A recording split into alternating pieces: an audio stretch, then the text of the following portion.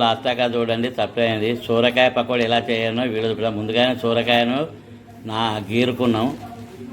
ఇందులో శనగపిండి పోసుకోవాలి, ఒక పిరికడ బియ్యం పిండి పోసుకోవాలి. ఎందుకంటే పకోడీ కరకరలాడంటే బియ్యం పిండి వేయాలి. ఒక చెంచాడు కారపొడి వేసుకోవాలి, చిక్కడంతా తినే సోడా, తగినంత ఉప్పు, ఒక చెంచాడు జీలకర్ర, ఒక చెంచాడు ఓమ, 2 చెంచాల ధనియాలు.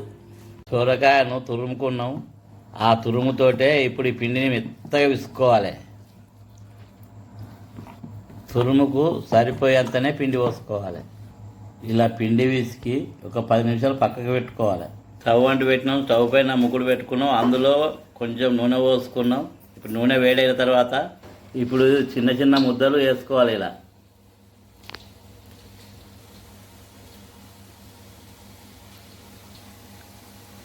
మొత్తం పిండిని ఇలానే వేసుకోవాలి.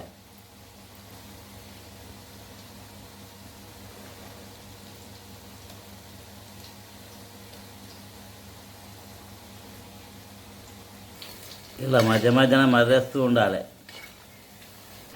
ఇప్పుడు ఇది గోల్డెన్ కలర్ వచ్చింది. ఇవి తీసి వేరే ప్లేట్లు వేసుకోవాలి. మొత్తం పిండిని ఇలానే కాల్చుకోవాలి. తింటే చాలా రుచిగా ఉంటుంది.